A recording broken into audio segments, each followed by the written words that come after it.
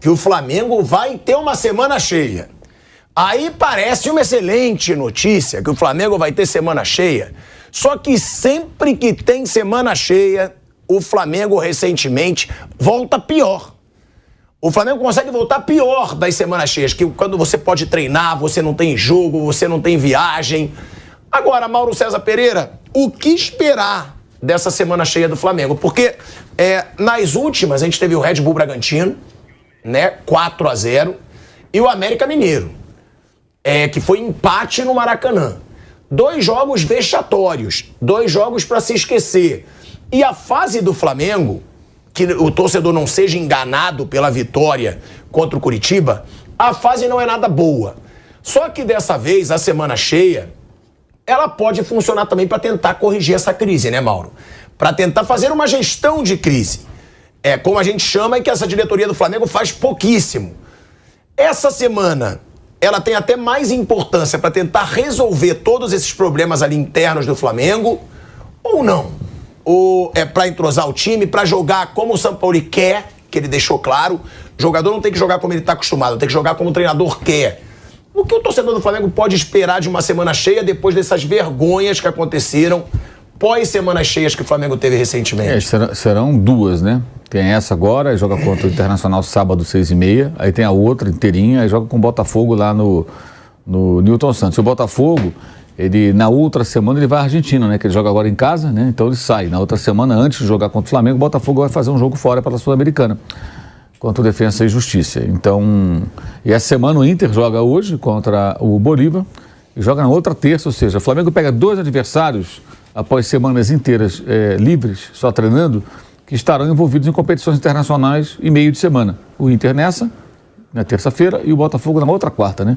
Jogando na Argentina. Então, isso pode ser bem aproveitado. A expectativa, imagina o que esperar do ponto de vista do Flamengo, que a semana seja bem aproveitada. Eu acho que esses jogos muito ruins não foram um reflexo apenas de um treinamento bom ou ruim, foi também de uma postura muito indolente do time, né? E aí a culpa dos jogadores, do técnico, de todos eles, cada um tem uma parcela.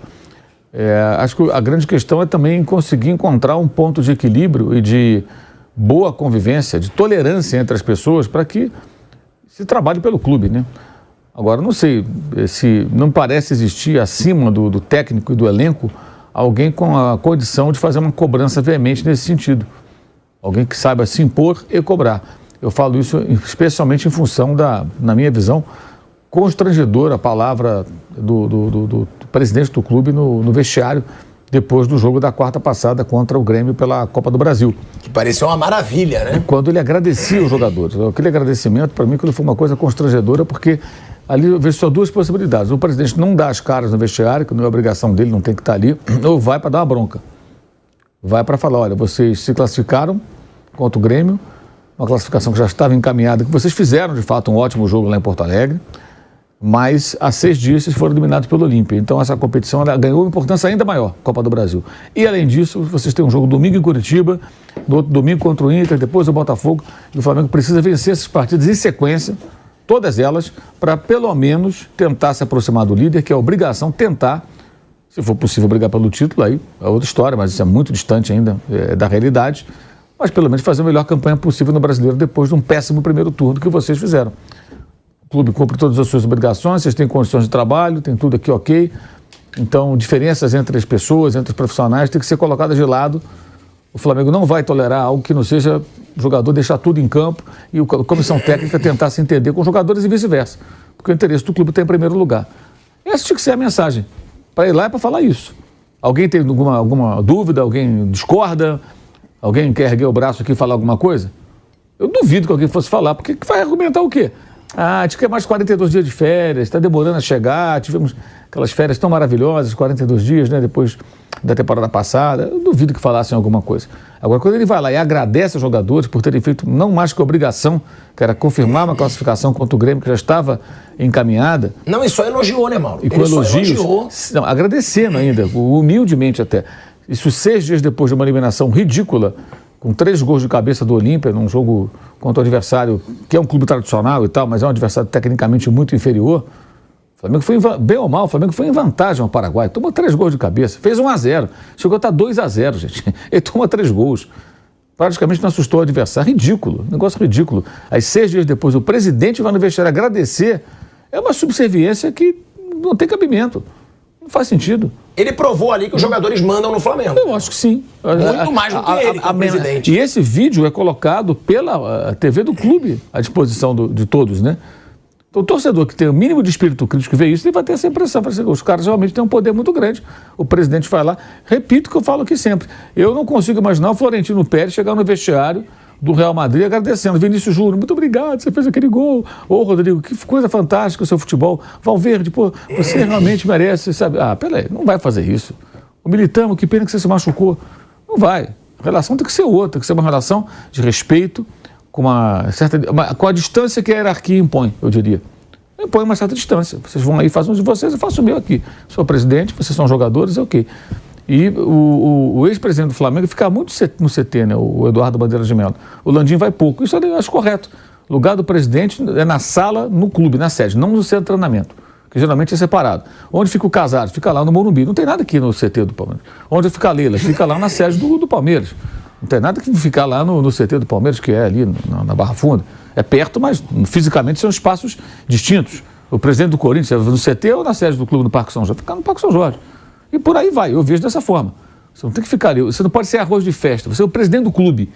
O vice-futebol não, diretor de futebol, eles têm que habitar ali o centro de treinamento. O presidente tem que aparecer em momentos especiais. Como eu falei, é para elogiar, quando realmente merece o elogio, prometer um prêmio, né, sortear uma televisão de 89 mil polegadas, fazer uma festa, quando está tudo bem. Ou então, esporro.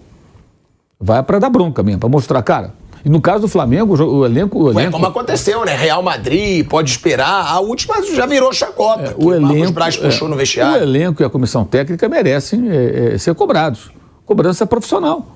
O São Paulo tem que ser cobrado. São Paulo, o que está acontecendo? Por que você não se entende com o jogador? Você não consegue ter jogo de cintura para... Você tem um elenco bom nas mãos. O melhor elenco que você já teve no futebol brasileiro é esse. Agora, nem tudo pode ser como você quer. Ele tem que ter... A questão do Pedro foi ridícula. Ele não conversar com o Pedro durante todos aqueles dias. E será que ninguém foi cobrar isso dele? Ninguém. Isso o presidente poderia fazer. Se o vice-futebol não faz, ele poderia fazer. Ô Sampaoli, dá uma ligada pro cara. Você conversou com o Pedro? Não abri com o Pedro. Você precisa falar com o Pedro, cara. O cara tomou uma porrada na cara. Quem deu a porrada foi o cara que você trouxe pro clube. A gente já mandou o cara pro espaço. Agora, resolve e se aproxima do cara. Conta o jogador importante, artilheiro da Libertadores, rei da América, essa coisa. A gente tem que ter esse cara em forma, jogando bem. Você tem que fazer esse trabalho. Não é só escalar o time e treinar taticamente. O técnico é um gestor. Ele tem que ter essa capacidade. Agora, entra também outra questão. O São Paulo é assim, não é novidade. Por que contrataram? Sabendo que o elenco é esse elenco tão mimado. E ali eles foram realmente paparicados. Eu, sinceramente, acho que aquele vídeo, eu acho que ele diz tudo. Ele confirma todas as informações de bastidores que vários colegas também trazem sobre essa relação de poder que o elenco tem com tudo no clube. O elenco tem um poder assim imenso. É por isso que eu falo sempre, não adianta gritar, fora Landim, não vai sair. É bobagem, tá gastando a garganta à toa, amigão. Vale como protesto, para mostrar a sua insatisfação, mas fora ele não vai sair. O mandato vai até o final... Nem o Braz, porque ele já não vai sair. Não, Braz. Não vai tirar. Então, o que deveria... O torcedor pode cobrar? Já que vocês estão aí, façam direito. Por exemplo, esse vídeo, ele dá motivos para o torcedor protestar. Por que foi lá agradecer os jogadores? Né? Por que foi lá? Ô Marcos Braz, por que você não vai lá e conversa com o Sampaoli, não cobra dele, que ele consiga ter um bom trânsito com os atletas? Na verdade, o que o São Paulo está fazendo, me parece, aí é muito mais uma observação do que uma informação, é buscar aproximação com algumas lideranças do elenco. Por isso que o Gabigol é sempre titular, o Felipe Luiz voltou agora a jogar sempre, o Gerson não, um jogador que ele sempre gostou, mas não sai do time. O Thiago Maia joga mal, mas volta sempre pro time de alguma maneira, está no segundo tempo, começa jogando. Tem algumas peças ali que me parece que ele quer ter uma boa relação. E outros, não. O Rodrigo Caio nunca tem nenhuma oportunidade, nenhumazinha, nem jogar 5 minutos. O Pedro entra na roubada faltando 10 minutos. É estranho isso. Porque com alguns jogadores ele tem uma tolerância, uma paciência maior. O Felipe Luiz, jogo muito ruim em Minas contra o Galo, jogo horroroso contra o Olímpia. Domingo titular de novo, continuou sendo titular e foi titular domingo. E foi mal de novo. De novo, o pênalti foi em cima dele. Ou ele monta um sistema de jogo que privilegia o Felipe Luiz para que ele tenha uma proteção que ele fala que, não, tem saída de bola melhor e tal, cadencia o jogo, concordo. Com a bola no pé ele ainda é muito bom, ele consegue, mas ele defensivamente, então ele muda de posição, ou cria um sistema que o proteja. Ele não gostou mais do Ayrton Lucas por causa daquele jogo do Cuiabá, moço? Não sei, daquele jogo em diante, parece que ficou pior para o Ayrton Lucas, né? Ele deu uma declaração, né? Pode ser que tenha ficado chateado, que ele falou, eu não estava mal fisicamente, não. Eu saí por opção. Por opção. E é verdade. Agora, e ali ele pode ter ficado chateado. Pô, me expôs. Mas, pô, o cara tá falando a verdade. O cara fez a pergunta. E o Felipe Luiz? O que o Felipe Luiz fala dele? Resolve com o jogador, então. Chama o cara e fala, vem cá, o que aconteceu? Isso. Tá insatisfeito? Resolve. Vai lá e conversa. Conversa, resolve o problema. Ele tem que tirar os problemas do caminho. E conta com o jogador. O caso do Pedro, assim, eu acho que é marcante. Porque era meio que obrigatório ele conversar com o Pedro. Ele não tem responsabilidade do soco na cara, óbvio. Ele não contratou o cara e falou, vai lá e dá um soco na cara do primeiro cara que não quiser aquecer. Não, obviamente ele não falou isso pro sujeito. O cara que resolveu dar um soco na cara do Pedro. Mas ele levou esse profissional pro Flamengo, era da equipe dele, um cara que trabalhava com ele há décadas. Então, diante de um cenário como esse, quando o Pedro volta, ele deveria imediatamente ter tido a conversa com o Pedro, que levou 2 semanas aproximadamente para acontecer. Já para parar as arestas e até dar um sinal para o grupo. Mas não, ele continua isolado, eles não falam a mesma língua, é difícil andar a coisa caminhar dessa maneira. Então acho que não é questão de uma semana livre, uma semana trabalhando, se as pessoas não se entendem, cara, não melhora, não vai melhorar. Aí você vê uma variação absurda do primeiro para o segundo tempo, no domingo. O que explica um time fazer um primeiro tempo bom, né, e um segundo tão ruim? Por que isso? Qual a explicação? Por que os caras se desconcentraram, se desinteressaram da partida, não competiram e no primeiro tempo fizeram um jogo até que poderia ter liquidado até a partida? Mano, eu posso dizer, posso estar exagerando, mas eu acho que é o Bruno Henrique. Que é o primeiro tempo, se você for ver, é o Bruno Henrique. Não, o Bruno Henrique, jogou ele é o destaque, mas o time joga bem, o time consegue criar situações, o time vira o jogo. O time tem outras oportunidades. Mas sempre com o Bruno Henrique. Não, a bola na trave do Gabigol começa com o Bruno Henrique, que depois tem o Wesley. O gol. O pênalti foi um passo do Wesley do Fabrício Bruno pro Wesley, que sofreu o pênalti, o Gabriel bateu. Teve jogadas com ele, porque o Coritiba... Eu acho que por isso que eu critiquei tanto ele tirar o Bruno Henrique, ele tirar da posição dele. Eu acho que ele muda muito. No primeiro tempo, o Coritiba dava muito espaço, né? Aí o Flamengo usava aquele corredor esquerdo ali, o Bruno Henrique muito rápido, ele foi muito acionado também. Da mesma maneira que o Coritiba forçou o jogo lá do Felipe Luiz no começo e conseguiu aquele pênalti. Mas não se justifica uma mudança tão grande de comportamento, de concentração e tudo. E isso acho que é uma coisa que ele tem que resolver. Se ele quer salvar o ano dele, ter um ano de conquista no Flamengo, ainda tem essa possibilidade, ele precisa resolver isso. Ele precisa se aproximar dos jogadores, conversar, tentar entender o que está acontecendo. Se ele continuar nessa postura, agora, quando o presidente do clube, repito, vai lá e agradece daquela maneira aos jogadores, eu acho que dá a eles um poder imenso, que já é grande, né? Já é grande e fica maior ainda. Alguns jogadores são capazes de chegar em campo e simplesmente param de jogar. Não porque querem perder, não, mas sim, se desconcentram, relaxam. O gol mesmo, a furada do Fabrício Bruno, acho que é um exemplo disso. Um erro técnico que é incompatível com o jogador do Flamengo, qualquer um. Bom, a gente tem essa situação do Flamengo, né, velho Vamp, que o Mauro já falou. Não adianta ter semana cheia se não vai ter liderança. Porque realmente o vídeo é constrangedor. E parece que o vídeo também, não sei se o Mauro encara assim também, é um desafio à imprensa. Tipo assim, vocês podem falar o que quiser, que eu tenho que aparecer, que eu tenho que dar bronca, que eu tenho que ter pulso firme. Eu faço o que eu quero, porque foi divulgado pela Flá TV. É uma vergonha o presidente do Flamengo elogiar o time. Ele fala de uma forma, parecia que o time tinha feito algo histórico, heróico. Vocês estão de parabéns. E aí ele começa a falar que tá em outra final. Gente, mas olha a quantidade de vergonha que o Flamengo colecionou na temporada. E ele não apareceu pra falar nada. Tipo, todo mundo cobrou um posicionamento do Rodolfo Landim. Vai, o que você vai falar? Por que o clima no Flamengo tá essa vergonha? Por que o jogador não quer jogar? Por que o time tá apático? Por que é um festival de soco na cara? Por que o clube virou MMA? Ele não falou nada. Nada. Ele não apareceu para dar um esclarecimento. Aí o que aparece dele? Ele na pré-eleição, depois do jogo contra o Grêmio, que foi um jogo ruim, não foi um jogo bom do Flamengo, achou um gol num pênalti mequetrefe, que não foi pênalti, classificou lá no primeiro jogo, que jogou muito bem. Aí vai lá ele na corrente, dá parabéns. Ele passa a mensagem do seguinte: tá tudo ótimo, não tem nada errado, eu não vou aparecer para criticar nada. Ou seja, mais uma vez uma falta de liderança. Aí, se vier o título da Copa do Brasil, que eu já não acho o Flamengo favorito pela fase que vive, já vão falar que é mais um título, que é um ano vitorioso. Não é. Não é um ano vitorioso para esse Flamengo. É uma coleção de chacotas desse Flamengo. Se ganhar o título, não faz mais que obrigação diante do investimento que teve, pelas chacotas que virou o Flamengo.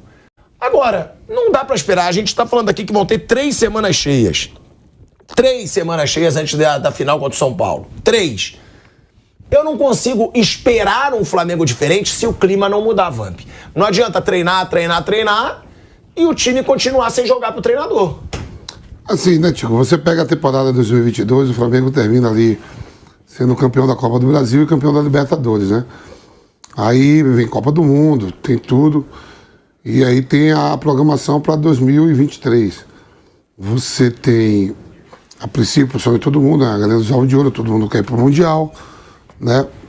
O Mundial, você não consegue ir à final do Mundial. O estadual, nem todo mundo dá tanta atenção, né? Você bota aí não seus principais jogadores para jogar, o estadual. Esse negócio de Supercopa do Brasil, Recopa Sul-Americana. Ninguém monta um plantel desse, vamos ganhar a Recopa Sul-Americana e no individual pro atleta vai dizer, somos título, o clube pode botar lá a taça na prateleira, mas o foco de 2023 é o quê? Copa do Brasil, Campeonato Brasileiro e Libertadores, né? O Campeonato Brasileiro ainda faltam aí 54 pontos em jogo, né? O Botafogo ainda não é o campeão, pode ser que o Flamengo possa alcançar, o Palmeiras ali fazer aquela fumaça. Mas é uma decepção você ser eliminado pelo Olímpia mesmo. Você monta um plantel desse... Decepção não, é vergonha mesmo. Mas falar assim, decepção, né? E dos 3, se você falar assim, dos 3, qual você prefere para não dizer que a temporada foi ruim? Você ser campeão nacional na temporada não é ruim. Ser campeão da Libertadores, não. Para alguns times, ganhar a Copa do Brasil, para alguns times, por exemplo, é uma galinha do ovo de ouro para o São Paulo. Mas para o Flamengo, quando você falou, o Flamengo não é montado esse plantel, não se traz contratações para dizer que é para ganhar a Copa do Brasil, não, é para ganhar também. Mas o objetivo é Libertadores e Campeonato Nacional. É isso, brasileiro e Libertadores são muito... Aí fala assim, o Mundial. Mas o Mundial você conquista essa vaga em 2022, que é em 2023. Aí você fala assim, não, montei um plantel com uma folha de pagamento de quase 40 milhões para ganhar a Copa do Brasil. Não, é para ganhar também, não é o principal objetivo. Outras agremiações, não. O Corinthians no momento que vive, São Paulo, Atlético Mineiro, Inter de Porto Alegre, é um título, pô. Mas pro Flamengo não. Se terminar a temporada sendo campeão da Copa do Brasil, lógico, te leva a Libertadores, como o 5º, 6º lugar também no Campeonato Nacional levam. Vai somar mais um título, o clube vai, mas dizer que o objetivo maior não era ganhar a Copa do Brasil, era para ganhar também. Né? E já está de fora da Libertadores, e agora tem que olhar para o Campeonato Nacional nessa sequência aí, nesses 5 jogos, para ver como é que o Botafogo vai se portar e o Flamengo também. Senão a temporada vai pegar o São Paulo, né, que já conhece bem o Flamengo em outras ocasiões, e dizer, terminamos a temporada muito bem. Pô, tá muito caro, pô. E não é para o Brasil não, para a América do Sul.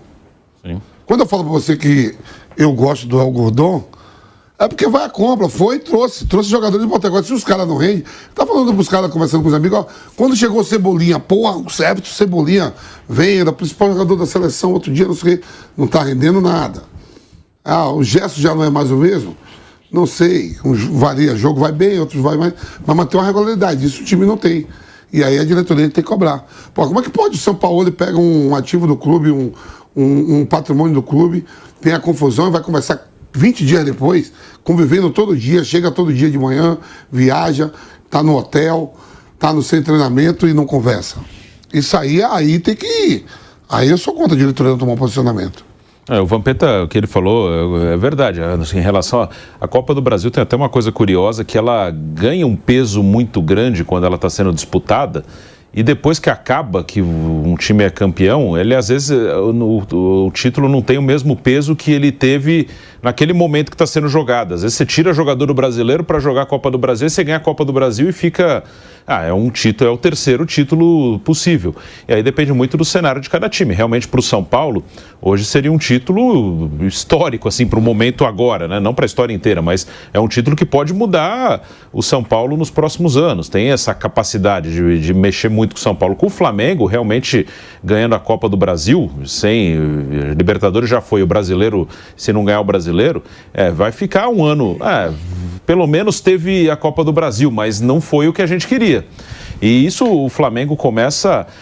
primeiro, o Flamengo tem que saber o que ele quer. A decisão no Maracanã ainda, hein, Bruno? Sim, pode ter vai ter a final no Maracanã. O Fluminense ainda pode jogar no Maracanã a final, né, dos times do Rio de Janeiro. Então, o Flamengo ele tem que primeiro saber o que ele quer. Mais uma vez, né, para 2024, é o Sampaoli, não é? Se não for o Sampaoli, o que a gente quer? Não sair contratando por rótulo, por momento, por pressão. O Flamengo, ele começa o ano já tumultuado, ele faz uma troca de técnico, aí acho que não é nem a discussão se foi certo ou errado, mas ele escolheu não renovar com o Dorival, trazer Vitor Pereira.